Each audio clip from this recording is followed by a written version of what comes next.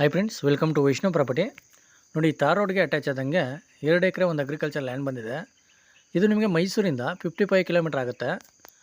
ಮತ್ತು Mysuru to national ಹೈವೇಯಿಂದ 10 kilometre ಆಗುತ್ತೆ. General category ಬರುತ್ತೆ. ಮತ್ತು ನಂಜನಗೂಡಿಂದ ನಿಮಗೆ 30 ಕಿಲೋಮೀಟರ್ ಆಗುತ್ತೆ. ಗುಂಡ್ಲುಪೇಟೆ ರಿಜಿಸ್ಟ್ರೇಷನ್ ಬರೋ ಅಂಥ ಲ್ಯಾಂಡು. ಮತ್ತು ಒಳ್ಳೆ ವಾಟರ್ ಸೋರ್ಸಿಂಗ್ ಇರೋಂಥ ಏರಿಯಾ.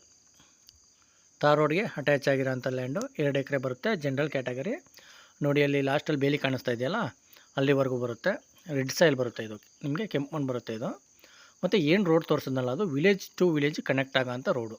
ಯಾವಾಗಲೂ ವೆಹಿಕಲ್ಗಳು ಓಡಾಡ್ತಾ ಇರುತ್ತೆ.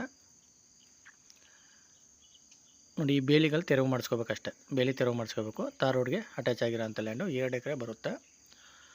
ನೋಡಿ, ಇವರು ಪರ್ ಎಕರ್ ಬಂದು 24 ಲ್ಯಾಕ್ಸ್ ಹೇಳ್ತಾ ಇದ್ದಾರೆ. 24 ಲಕ್ಷ ಹೇಳ್ತಾ ಇದ್ದಾರೆ ಎಕರೆಗೆ. ನೆಗೋಷಿಯಬಲ್ ಆಗುತ್ತೆ. ಇಂಟ್ರೆಸ್ಟ್ ಇದ್ದರೆ ಕೆಳಗಡೆ ನಂಬರ್ ಕೊಟ್ಟಿರ್ತೀನಿ, ಕಾಲ್ ಮಾಡಿ. ವೈಷ್ಣವ್ ಪ್ರಾಪರ್ಟೀಸ್ ಕಡೆಯಿಂದ ಒಂದೊಳ್ಳೆ ಬೆಸ್ಟ್ ಪ್ರೈಸಲ್ಲಿ ಮಾಡಿಕೊಡೋಣ. Okay, thank you friends.